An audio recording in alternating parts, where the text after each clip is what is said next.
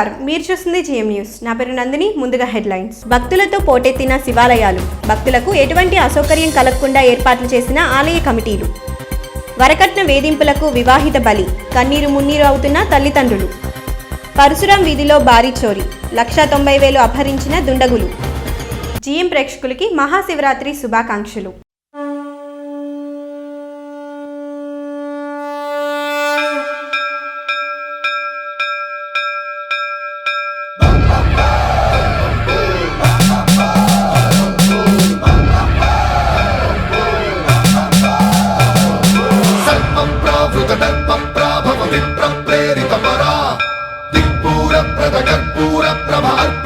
శంకరా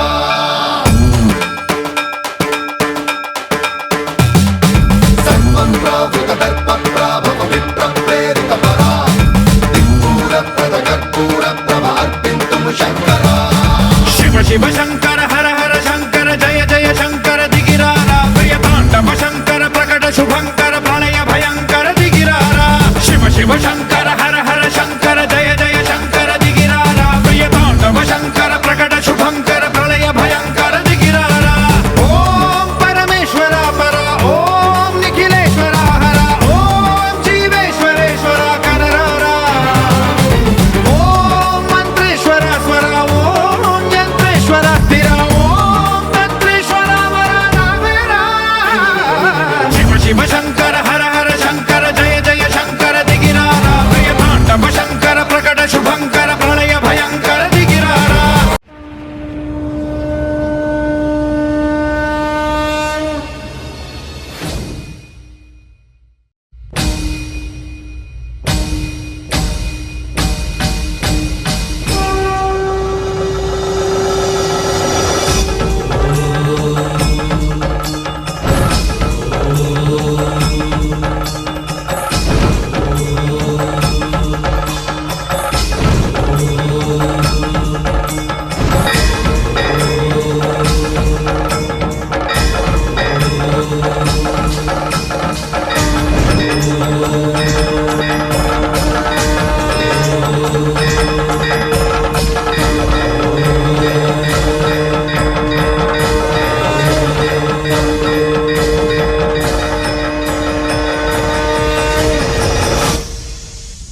మహాశివరాత్రిని పురస్కరించుకుని పట్నంలోని శివాలయాలు సర్వాంగ సుందరంగా ముస్తాబయ్యాయి. భక్తులకు ఎటువంటి అసౌకర్యం కలగకుండా ఆలయ కమిటీ వారు అన్ని ఏర్పాట్లను కల్పించారు. భక్తులు భక్తి శ్రద్ధలతో మహాశివుడిని దర్శించుకున్నారు. మహాశివరాత్రి సందర్భంగా గుడులవాడ, గుడివాడలోని వివిధ దేవాలయాలు విద్యుత్ కాంతులతో మెరిసిపోయాయి. తెల్లవారుజాము నుండి స్థానిక శివాలయాలకు భక్తులు క్యూ కట్టారు. హరహర మహాదేవ శంభో శంకర అంటూ భక్తులు బోలా శంకరుణ్ణి భక్తి శ్రద్ధలతో దర్శించుకున్నారు. స్థానిక భీమేశ్వర ఆలయం చిన్న శివాలయంలో భక్తులకు ఎటువంటి అసౌకర్యాలు కలగకుండా కమిటీ వారు అన్ని వస్తువులు కల్పించారు. భక్తి శ్రద్ధలతో శివుణ్ణి పూజిస్తే కోరిన కోరికలు తీరుతాయని, శివనామ స్మరణతో సకల శుభాలు కలుగుతాయని ఆలయ అర్చకులు అన్నారు. మహాశివరాత్రి పర్వదినాన్ని పురస్కరించుకుని శివాలయాల్లో నేడు ప్రత్యేక కార్యక్రమాలు జరుగుతున్నాయి. వేకువజాము నుండే శివుడికి రుద్రాభిషేకాలు, బిల్వపత్ర అర్చనలు, పంచసూక్త పారాయణాలు, శివనామ పారాయణాలతో మహాశివుని ఆలయాలలో విశేష పూజలు, అర్చనలు, అభిషేకాలు వైభవంగా నిర్వహించారు. ఈరోజు మహాశివరాత్రి. ఈ శివరాత్రికి ఒక విశేషం ఉంది. మహాభారతంలో శాంతి పర్వంలో కానీ వివిధ పురాణాల్లో కానీ ఈ శివరాత్రి యొక్క ప్రాస్తవం ఎలా చెప్పారంటే, ప్రతి మనిషికి 24 తత్వాలు ఉంటాయి. జననేంద్రియం, కర్మేంద్రియం ఇవన్నీ కలుపుకొని 24 తత్వాలు ఉంటాయి. ఆ 24 తత్వాలు అభివృద్ధి చెందిన తర్వాత జ్ఞానతత్వం అని వృద్ధి చెందుతుంది. ఆ జ్ఞానతత్వం వృద్ధి చెందిన తర్వాత ఆత్మతత్వం వృద్ధి చెందుతుంది. అలాగే ఆత్మతత్వం కూడా వృద్ధి చెందిన తర్వాత పరమాత్మ దేవత అభివృద్ధి చెందుతుంది. ఈ యొక్క పరమాత్మ అభివృద్ధి చెందిన తర్వాత ఈ మనిషిలో విదేహ అనే తత్వం అభివృద్ధి చెందుతుంది. అంటే మొత్తం 28 తత్వాలతో కూడిన ఈ యొక్క తత్వమే మహాశివరాత్రి యొక్క అర్థం. మనకి 28 తిథులు కూడా కలుపుకుని త్రయోదశి తర్వాత చతుర్దశి, బహుళ చతుర్దశి వచ్చేది మహాశివరాత్రి. ఇది ప్రతి నెలలో బహుళ చతుర్దశి రోజున మహాశివరాత్రి అంటాం వాటిని. మాఘమాసంలో వచ్చేది మాత్రమే మహాశివరాత్రి. ఇదే శివలింగం అంటారు. ఈరోజు అభిషేకాలు చేసుకుని చమకాలతో అభిషేకాలు చేసుకుని శివుడికి మారేడు దళాలతో అర్చించి రోజంతా జాగరణ చేసి మర్నాడు అమావాస్య స్నానం చేసి బ్రాహ్మణ భోజనం చేస్తుంటే దాన్ని శివదీక్ష అంటారు. ఇలాంటి ఎవరైతే 28 శివదీక్షలు చేస్తారో వాళ్ళకి పరమశివుడు అనుగ్రహించి శివ సాయుధ్యం ఇస్తాడని పురాణం యొక్క లోకోక్తి. ఈ యొక్క నమక చమకాల్లో ఒక్క చిన్న ఆఖరి అనువాదం చెప్తాను. నమో రుద్రేభ్యో ఏ పృథివ్యాం ఏ అంతరిక్షే ఏ దివ్యేషామన్నం వాచో వర్షవశమస్తేభ్యో దశ ప్రాచి దశ దక్షిణ దశర్ప్రదీచి దశర్బుధీచి దశోర్ధ్వాస్తేభ్యో నమస్తే నో మృళయంతు తేయం విష్ణుయశ్చ నోద్వేష్టి సంభోజంభే దుధామి త్రయంబకం యజామహే సుగంధిం పుష్టివర్ధనం ఊర్వారుకమివ బంధనం మృత్యోర్ముక్షీయమామృతాదు యో రుద్రో అగ్నో యో అప్సు ఓషధీషు యో రుద్రో విశ్వా భువన వివేశ తస్మై రుద్రాయ నమోస్తు. ఇలాంటి అనువాదాలు 22తో రుద్రం ఇమిడి ఉంటుంది.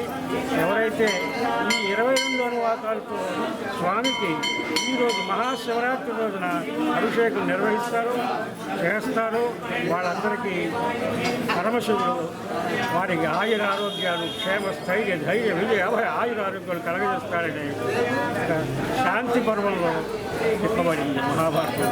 వరకట్న వేధింపులకు వివాహిత బలి అయిన సంఘటన వెలుగులోకి వచ్చింది. తట్టివేరు గ్రామానికి చెందిన పెయ్యల కన్షికవర్ధన్ అధిక కట్నం కావాలని భార్యను వేధించి హత్య చేశారని బాధిత తల్లిదండ్రులు వాపోయారు. న్యాయం చేయాలని వారు డీఎస్పీని ఆశ్రయించారు. విజయవాడ మాచవరానికి చెందిన కొత్తపల్లి ఆనంద్ కుమార్ జ్యోతిల కుమార్తె వేలంగిణిని తట్టిపరు గ్రామానికి చెందిన పెయ్యల కన్షికవర్ధన్కి ఇచ్చి 1.5 ఏడాది క్రితం వివాహం చేశారు. వివాహం నిమిత్తం ₹1,00,000 నగదును కట్నంగా ఇచ్చేటట్లు ఒప్పందం చేసుకుని ముందుగా పెళ్లిలో ₹50,000, పెళ్లి అనంతరం 2 సంవత్సరాల తర్వాత మిగిలిన 50,000 ఇచ్చేలా ఇరువైపుల పెద్దలు ఒప్పందాలు చేసుకున్నారు. పెళ్లి సమయంలో 50,000 నగదును వేలంగిణి తల్లిదండ్రులు కన్షికవర్ధన్ తల్లిదండ్రులకు ముట్టచెప్పి వివాహ తంతును నిర్వహించారు. వివాహానంతరం ఇరువురు కన్షికవర్ధన్ స్వగ్రామమైన గుడివాడ రూరల్ మండలం తట్టిపరు గ్రామంలో నివసిస్తున్నారు. ఈ క్రమంలో 1 ఏడాది వరకు ఎటువంటి మనస్పర్ధలు లేకుండా కాపురం చేసుకుంటున్నారు. అయితే కన్షికవర్ధన్ గత కొంతకాలంగా తనకు కట్నం కింద రావాల్సిన మిగిలిన ₹50,000 తీసుకురావాలని ఒత్తిడి తీసుకువచ్చాడు. భర్తతో పాటు అతని పినతల్లి కోడళ్లు వేలంగినిపై తీవ్రస్థాయిలో ఒత్తిడి తీసుకువస్తూ చిత్రహింసలకు గురిచేసేవారని స్థానికుల సమాచారం. ఈ క్రమంలో గురువారం ఈ విషయమై తట్టిపరులోని వేలంగిని ఇంటి వద్ద ఘర్షణ జరిగిందని, అనంతరం ఆమె ఉరివేసుకుని చనిపోయినట్లు స్థానికులు తెలిపారు. వేలంగిని మృతి వార్తను స్థానికుల ద్వారా తెలుసుకున్న వేలంగిని తల్లిదండ్రులు హుటాహుటిన సంఘటన స్థలానికి చేరుకుని కుమార్తె భౌతిక కాయాన్ని చూసి కన్నీరు మున్నీరయ్యారు.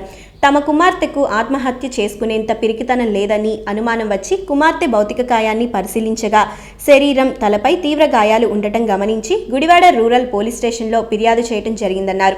తమ కుమార్తె ఒంటిపై, తలపై గాయాలు కూడా ఉన్నాయని, తమ కుమార్తెను హత్య చేసి ఆత్మహత్యగా చిత్రీకరించేందుకు చూస్తున్నారని బావురుమన్నారు. ఈ విషయమై డీఎస్పీ అంకినీడు ప్రసాద్ విలేకరులతో మాట్లాడుతూ తట్టిపరు గ్రామానికి చెందిన పెయ్యల కన్షికవర్ధన్ స్థానిక ఐఎంఏ హాల్ రోడ్లోని అలహాబాద్ బ్యాంకులో అటెండర్గా విధులు నిర్వహిస్తున్నాడన్నారు. పెళ్లి సమయంలో ఇస్తానన్న ₹50,000 విషయమై గత 20 రోజుల నుండి వేలంగిని, భర్త, వారి పినతల్లుల మధ్య ఘర్షణ చోటు చేసుకుంటున్నట్లు ఫిర్యాదుదారులు పేర్కొన్నారు.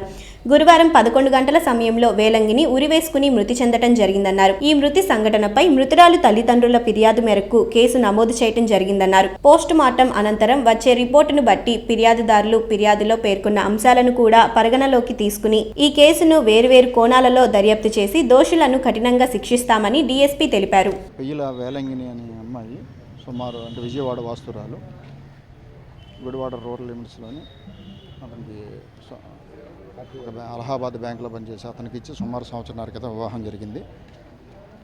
పెళ్లి టైంలో సుమారు ₹1,00,000 కట్నం కింద మాట్లాడుకుని 50,000 ఇవ్వడం జరిగింది. రిమైనింగ్ 50,000 గురించి టార్చర్ చేయటం, వేధింపులు గురి చేయటం అనేది అమ్మాయి తల్లిదండ్రులు చెప్తున్నారు. దాని ప్రకారం 20 డేస్ బ్యాక్ కూడా ఈ అమ్మాయి ఫోన్ చేయటం, వాళ్ళు వచ్చి తీసుకెళ్తామని హామీ ఇవ్వటం జరిగింది.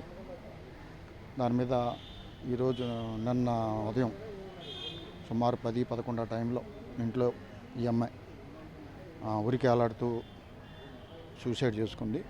అయితే ఇతర కారణాలు ఏమైనా ఉన్నాయా అన్నది కూడా ఆ కోణంలో కూడా చూస్తున్నాం. అసలు సూసైడ్ చేసుకుందా లేదంటే వేరే ఇతర కారణాలు ఏమైనా ఉన్నాయా ఆ కోణంలో కూడా దర్యాప్తు చేస్తున్నాం. అమ్మాయికి సంతానం కూడా ఇంతవరకు కలగలేదు. ఈ తోడికోడళ్ళు వీళ్ళంతా కూడా హెరాస్మెంట్ చేశారన్నది వాళ్ళ తల్లిదండ్రుల అభియోగం ఉంది. అది కూడా వెరిఫై చేస్తుంది. నా కేసు దర్యాప్తు అనంతరం ముద్దాయిలందరినీ అరెస్ట్ చేస్తాం. నాకు ఫోన్ చేసిందయ్యా, చేసి అమ్మ ఎప్పుడు వస్తున్నావా అని అడిగిందయ్యా. నేను వస్తానమ్మా శనివారం అని చెప్పానయ్యా. చెప్పినాక నేను మళ్ళీ 11:30కి మీ అమ్మాయికి బాగాలేదు అని చెప్పారయ్యా. నా కూతురికి ఏమైపోయిందని అంటే ఏం చెప్పలా, ఉర్రేసుకుని చచ్చిపోయిందని చెప్పారయ్యా. నా కూతురిని చంపేశారయ్యా వాళ్ళు. అత్తాను ఆడువు వాళ్ళేనయ్యా. తోడుకోళ్ళు చంపేశారయ్యా, బావలు కూడా చంపేశారు. నా కూతురు అక్కడ ఉంటాకి ఇష్టపడలేదయ్యా.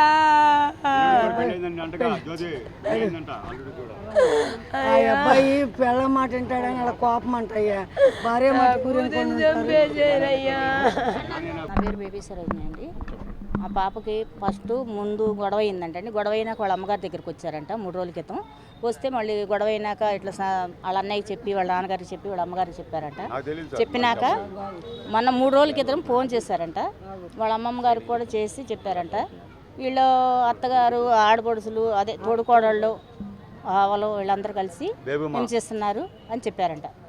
చెప్తంలో ఆ అమ్మాయి ఫోన్ చేసి చెప్పినాక వాళ్ళ అమ్మమ్మ గారు కూడా 2 రోజులు ఉండి అది ఇంటికాడ ఉండి కూడా చూసి మాట్లాడి ఇది సంగతి అని చెప్పినాక వచ్చి సర్లేమ్మ సర్దుకున్నాను అనేసి వాళ్ళ అన్నయ్య గారు కూడా అన్నారంట. వాళ్ళ అన్నయ్య అంటే వాళ్ళ బావకు ఫోన్ చేస్తే ఏమవుతుంది బావగారు మీరు రావద్దులే నేను సరి చేస్తానని చెప్పారంట. చెప్పినాక ఈ పిల్లడు సర్లేని అన్నారంట. అట్లా ఉంటే మటుకు మేము కుదరదండి నేను వస్తాను అని అంటే కాదులే బావ మేము ఏదో ఒక రకంగా సరి చేసుకుంటామని అన్నారట. అయినాక నిన్న మళ్ళీ ఫోన్ చేసిందంట వాళ్ళ నాన్నగారికి.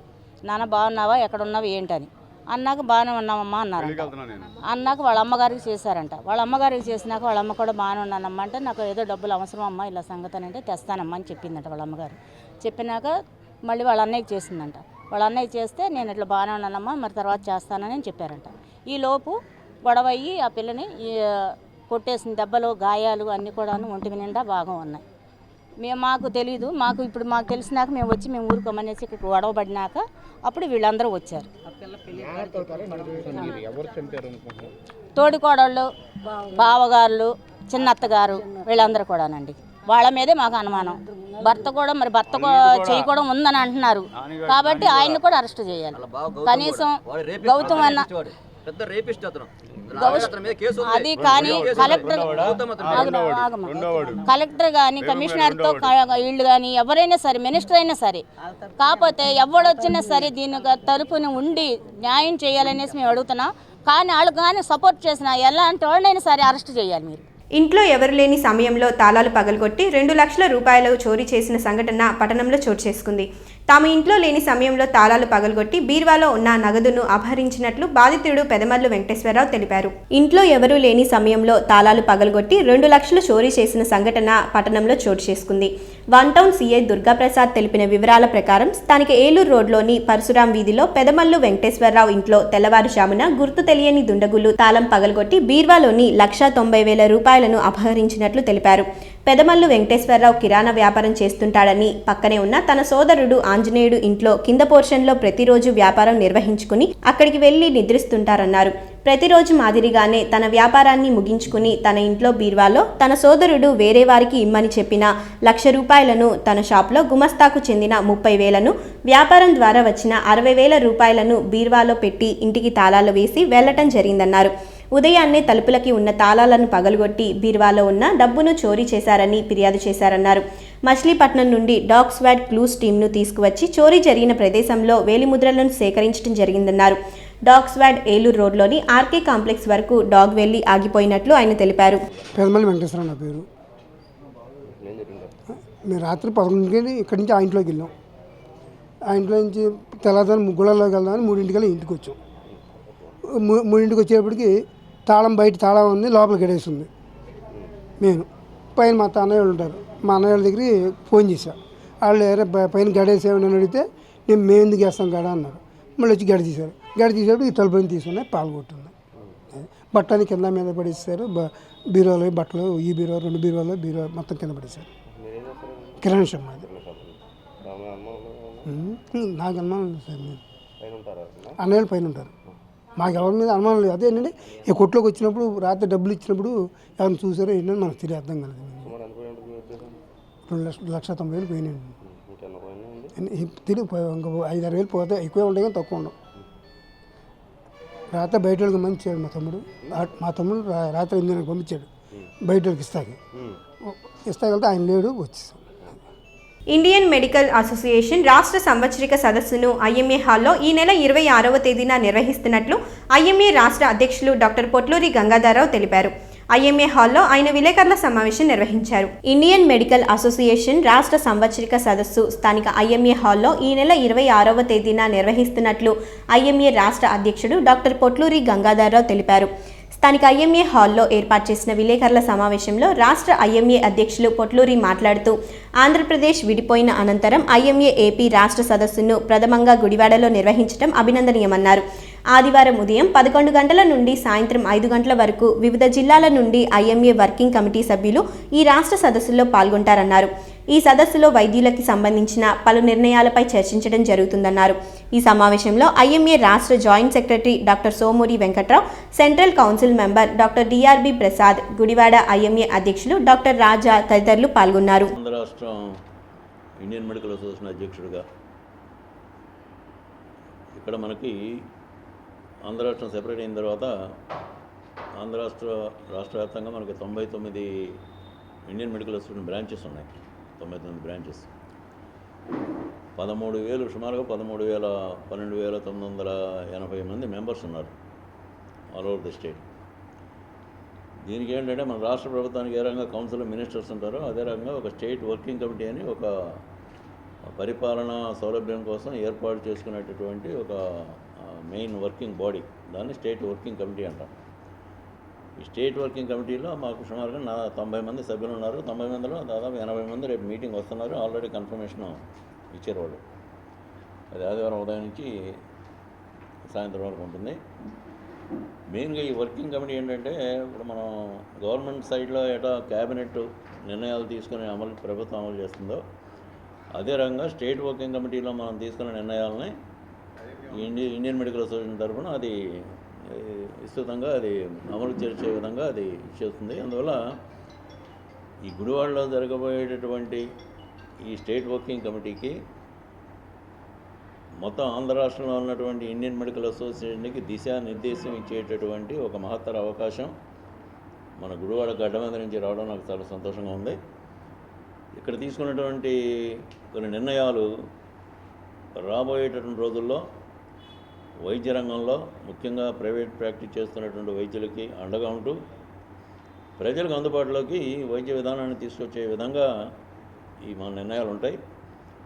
ఇదన్నీ కూడా మళ్ళీ కౌన్సిల్ మీటింగ్ అయిన తర్వాత స్టేట్ వర్కింగ్ కమిటీ మీటింగ్ అయిన తర్వాత ఆ నిర్ణయాలను కూడా మీ అందరికీ కూడా తప్పకుండా తెలియజేస్తాం. అది ముఖ్యంగా మేము ఈ పదవి చేపట్టిన కాడి నుంచి ఇది 3వ మాసం, 2.5 months. ఆంధ్ర రాష్ట్రంలో కంబైన్డ్ స్టేట్లో ఐఎంఏ ఫామ్ అయ్యి 60 సంవత్సరాల పైన అయింది. ఇది కాకుండా ఇంకొక ముఖ్యమైనటువంటి బాధ్యత మాకున్నటువంటి మా టీం మీద పడింది ఏంటంటే ఆంధ్ర రాష్ట్రం డివైడ్ అయిన తర్వాత ఇప్పుడు తెలంగాణ, ఆంధ్ర, ఇటు హైదరాబాద్, ఏపీ రాష్ట్రం ఏ రకమైన ఇబ్బందులు పడుతుందో ఇండియన్ మెడికల్ అసోసియేషన్ కూడా అదే ఇబ్బందులు పడుతుంది. ఎందుకంటే మా హెడ్ క్వార్టర్స్ బిల్డింగ్స్ కానీ దాని పరిపాలనా యంత్రం కానీ ఇది మొత్తం కూడా హైదరాబాద్లో ఉండిపోయినాయి.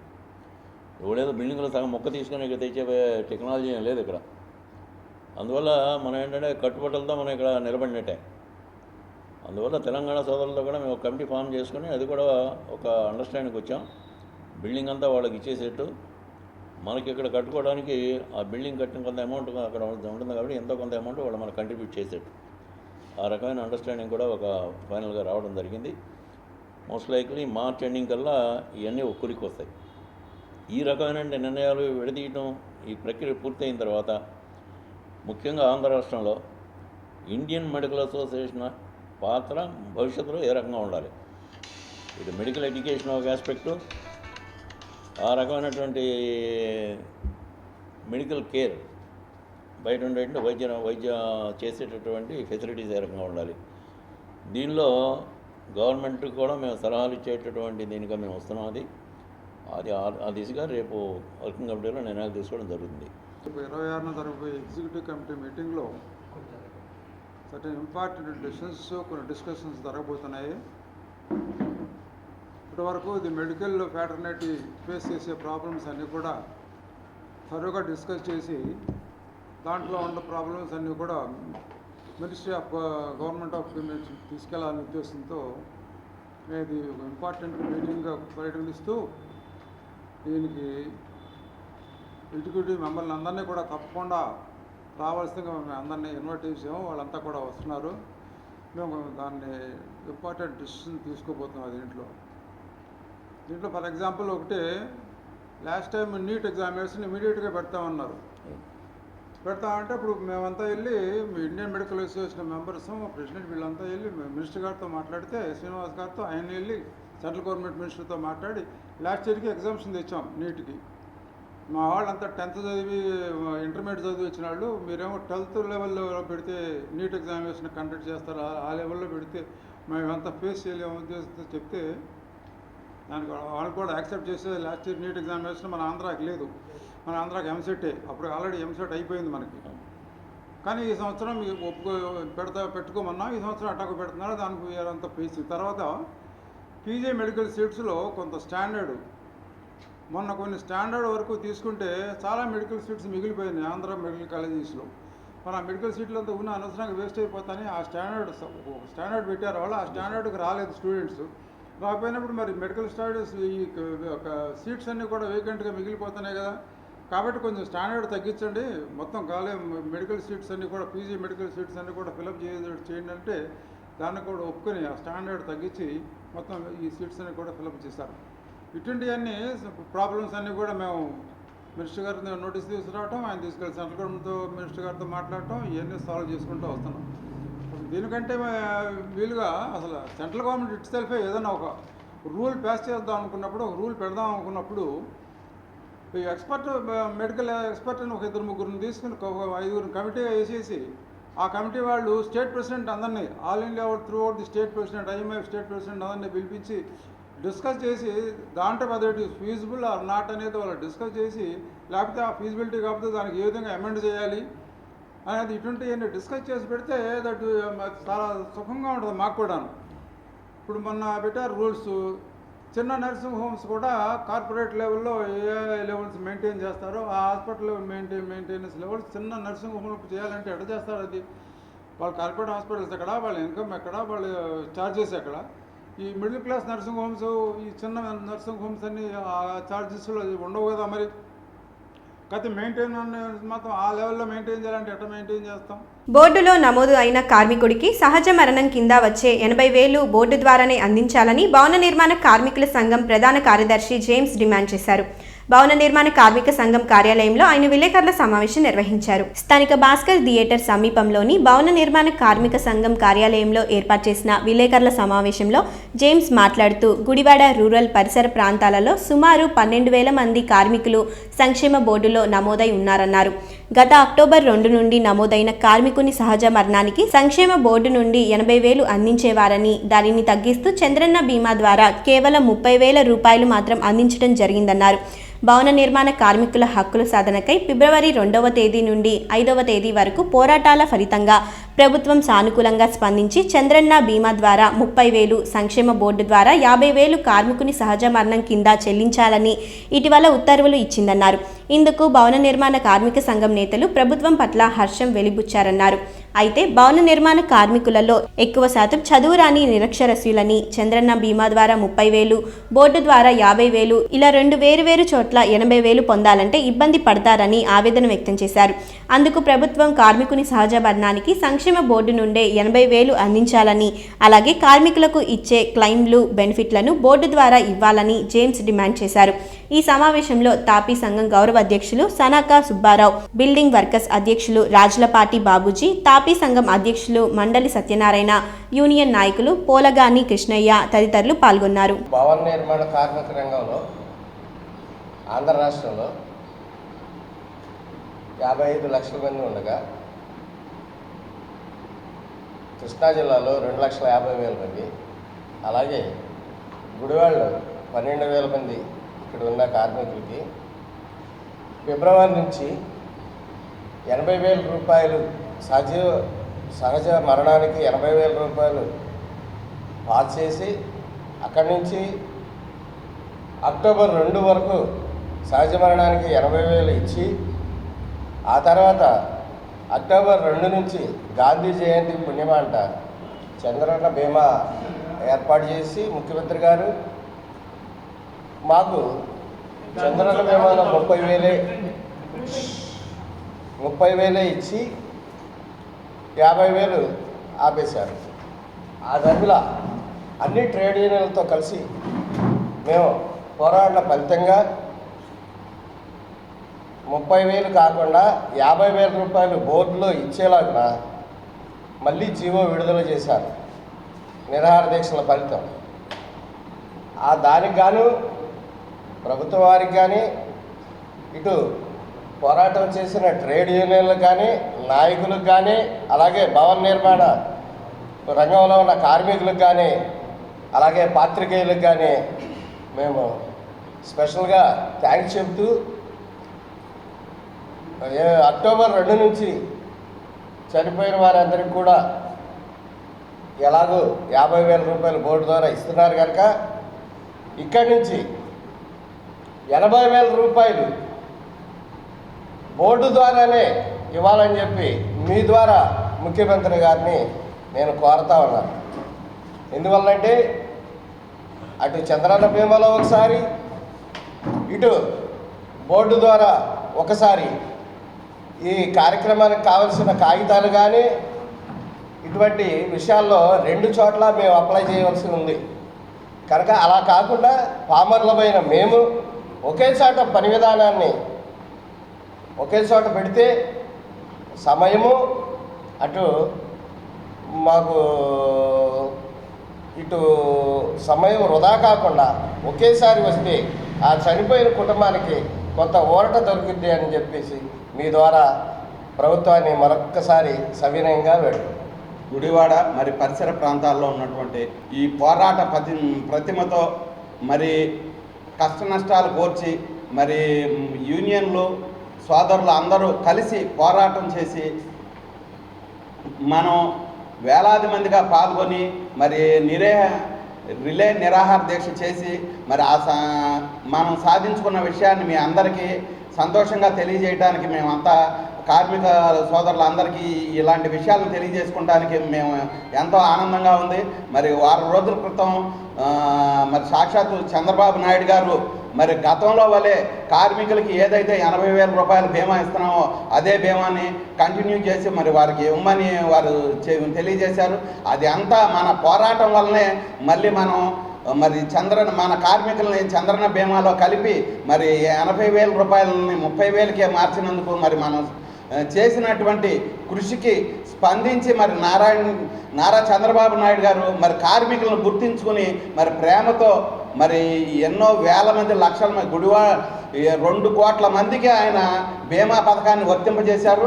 ఆ 2 కోట్ల మందిలో మనం ప్రత్యేకంగా మనల్ని గుర్తించుకున్నందుకు మరి ఆయనకి మేము ప్రత్యేకమైనటువంటి కృతజ్ఞతలు తెలియజేసుకుంటున్నాం నారా చంద్రబాబు నాయుడు గారికి. మరి మా గతంలో వల్లే మాకు ఈ 80,000 వచ్చేటట్టుగా చేశారు. కానీ అది 2 చోట్ల చంద్రన్న బీమాలో 30,000 మరి మిగిలిన మా కార్మిక బోర్డు నుండి 50,000 కాకుండా ఇంత పూర్వం వల్లే కార్మిక బోర్డులో ఏదైతే 80,000 ఇస్తున్నారో అదే విధానాన్ని పూర్తిగా కొనసాగించవలసిందిగా మరి మీడియా ద్వారా మిమ్మల్ని అందరినీ మరి ప్రభుత్వాన్ని మేము రిక్వెస్ట్ చేస్తున్నాం. మరి ఇది అందరికీ ఎంతో ఆనందించదగ్గవలసిన విషయం కాబట్టి ఈ ఏపీలో ఉన్నటువంటి 40 లక్షల మందికి ఈ రూల్ వర్తిస్తుంది కాబట్టి మరి ఇది చాలా పండుగ రోజుగా మేము భావిస్తున్నాము. మా హృదయపూర్వక నమస్కారాలు. మేము చేసే ప్రతి పోరాటం కూడా మీడియా వారు ప్రతి ఒక్క పత్రికలో ప్రతి ఒక్క ఛానల్లో కూడా అందరికీ అందేటట్టుగా చేసినందుకు మీ అందరికీ పేరున హృదయపూర్వక నమస్కారాలు. అలాగే మా కార్మిక సోదరులందరూ కూడా మేము చేపట్టే ప్రతి కార్యక్రమానికి కూడా మా కార్మిక సోదరులందరూ పాలు చేయబడి వాళ్ళు మా ప్రతి కార్యక్రమాన్ని మేము ఉన్నామంటూ మా ఎన్నుదల ఉండి మీరు దేనికైనా సిద్ధమే, మేము కూడా సిద్ధమే అని చెప్పి వాళ్ళు మా తోడు రమ్మట్టి మేము ఏదైనా సాధించగలం. అలాగే ప్రభుత్వం కూడా మా యందు కృషి చేసి మేము అనుకున్న వాటికి అన్నిటికీ ఒప్పుకున్నందుకు మీడియా వారికి ప్రభుత్వం వారికి మా హృదయపూర్వక నమస్కారాలు. Amateur baseball federation of India Andhra Pradesh baseball association ఆధ్వర్యంలో ఎన్టీఆర్ స్టేడియంలో ప్రారంభమైన బేస్బాల్ పోటీలు 3వ రోజుకు చేరుకున్నాయి. క్రీడాకారులు ఉత్సాహంగా ఈ పోటీలలో పాల్గొన్నారు. స్థానిక ఎన్టీఆర్ స్టేడియంలో amateur baseball federation of India ప్రోత్సాహంతో ఆంధ్రప్రదేశ్ బేస్బాల్ అసోసియేషన్ ఆధ్వర్యంలో జరుగుతున్న బేస్బాల్ పోటీలు 3వ రోజుకు చేరుకున్నాయి. శివరాత్రి సందర్భంగా పాఠశాలలకు సెలవు కావడంతో పోటీలను తిలకించడానికి వివిధ పాఠశాలకు చెందిన విద్యార్థులు స్టేడియంకు వచ్చి పోటీలను వీక్షించారు. వివిధ రాష్ట్రాలకు చెందిన జట్లకు పోటీలు ఉత్కంఠభరితంగా సాగాయి. 3వ రోజున క్వార్టర్ ఫైనల్స్లో బాలుల విభాగంలో మహారాష్ట్ర జట్టు 10-0 స్కోర్తో ఆంధ్రప్రదేశ్ జట్టుపై ఏకపక్ష విజయం సాధించింది. రాజస్థాన్ 10-2 స్కోర్తో పశ్చిమ బెంగాల్పై విజయం సాధించగా బాలుల విభాగంలో పంజాబ్, రాజస్థాన్, మహారాష్ట్ర జట్లు సెమీఫైనల్స్కు చేరుకున్నాయి. బాలికల విభాగంలో మహారాష్ట్ర 6-3 స్కోర్తో ఆంధ్రప్రదేశ్పై గెలుపొందగా కేరళ జట్టు 2-1 స్కోర్తో చండీగఢ్పై గెలుపొందగా బాలికల విభాగంలో మహారాష్ట్ర, పంజాబ్, కేరళ జట్లు సెమీఫైనల్స్కు చేరుకున్నాయి. వార్తలు ముగించే ముందు మరోసారి ముఖ్యాంశాలు. భక్తులతో పోటెత్తిన శివాలయాలు, భక్తులకు ఎటువంటి అసౌకర్యం కలగకుండా ఏర్పాట్లు చేసిన ఆలయ కమిటీలు. వరకట్న వేధింపులకు వివాహిత బలి, కన్నీరు మున్నీరు అవుతున్న తల్లిదండ్రులు. పరశురాం వీధిలో భారీ చోరీ, 1,90,000 అపహరించిన దుండగులు. ఈ వార్తలు ఇంతటితో సమాప్తం. నమస్కారం.